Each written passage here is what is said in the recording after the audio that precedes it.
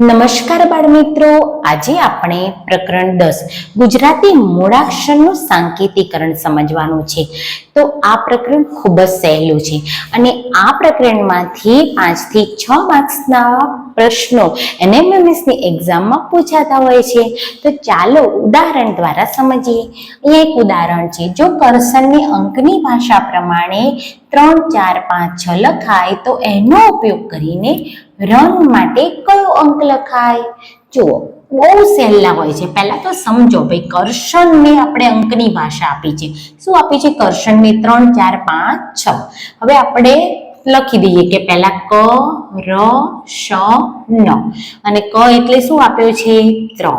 ર એટલે 4, શ એટલે 5 અને ન એટલે 6. બરાબર. હવે આપણે કોના માટે લખવાનું છે? તો રન માટે. તો ર એટલે કેટલા છે? 4 અને ન એટલે કેટલા છે? 6. તો આપણો જવાબ શું આવશે? 46. આપણો શું બની જશે? જવાબ. તો જ્યાં 46 હોય એની સામેનું રાઉન્ડ તમારે પૂરી દેવાનું રહેશે. તો છે ને બહુ સરળ. ચાલો હવે બીજું ઉદાહરણ સમજીએ. જો ગ બરાબર 2, મ બરાબર 4, ન બરાબર 3, જ બરાબર 5, તો એ જ ભાષા પ્રમાણે જમન ઉચ્છા મગનને ગાણિતિક ક્રિયાના પરિણામને શું લખાય? જો આપણે એના જેવો છે.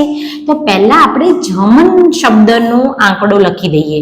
તો ચલો, જમન એટલે જ એટલે કેટલા છે? તો જ એટલે 5. પછી મ, તો મ એટલે કેટલા છે? 4. ન એટલે કેટલા છે? 3. ઓકે. પછી શું કરવાનું છે? બાદ. તો મ, ગ, ન. તો મ એટલે કેટલા છે? 4. ગ એટલે કેટલા છે? 2 અને ન એટલે કેટલા છે? 3. તો આમની આપણે શું કરી દઈશું? બાદબાકી. તો 3 માંથી 3 જાય તો 0, 4 માંથી 2 જાય તો 2 અને 5 માંથી 4 જાય તો 1. તો કેટલો જવાબ આવશે? 120 એ આપણો શું બની જશે?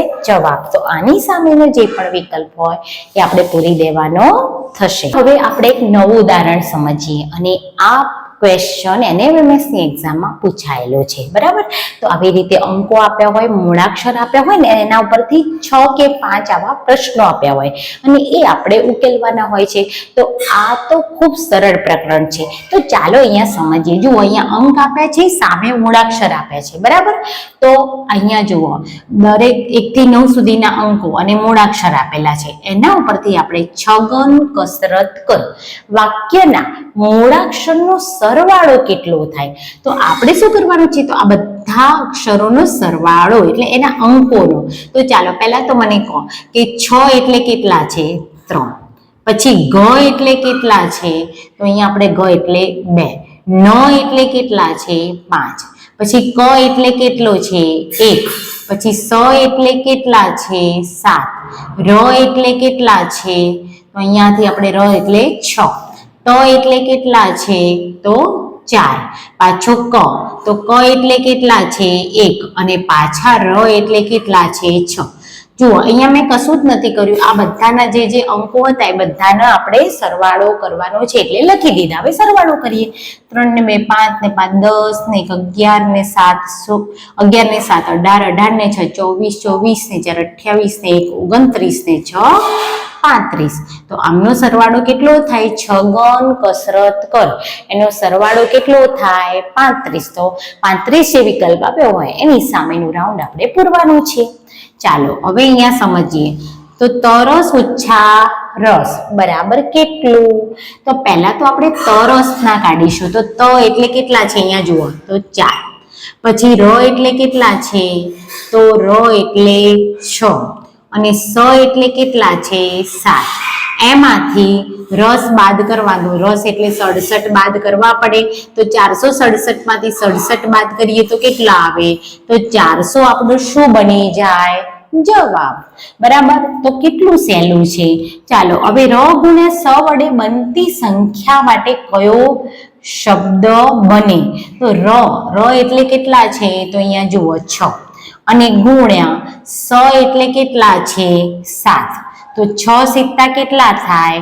42. બરાબર, પહેલા તો આપણે એનો ગુણાકાર કરવાનો, કારણ કે ર ગુણ્યા સ વડે બનતી સંખ્યા, તો બનતી સંખ્યા કઈ થાય? 42. હવે એના માટેનું આપણે શું શોધવાનું છે? શબ્દ. તો શબ્દ માટે પહેલા તો અહીંયા જોવાનું કે 4 માટે શું છે? ત, અને 2 માટે શું છે? ગ. તો એના માટે કયો શબ્દ બનશે?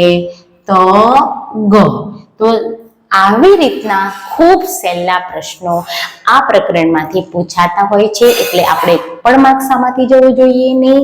તો આપણે આ વિડીયો ધ્યાનથી જોઈ લેજો, તમારા બીજા મિત્રોને પણ શેર કરી દેજો. ચાલો મળીશું નવા વિડીયોમાં.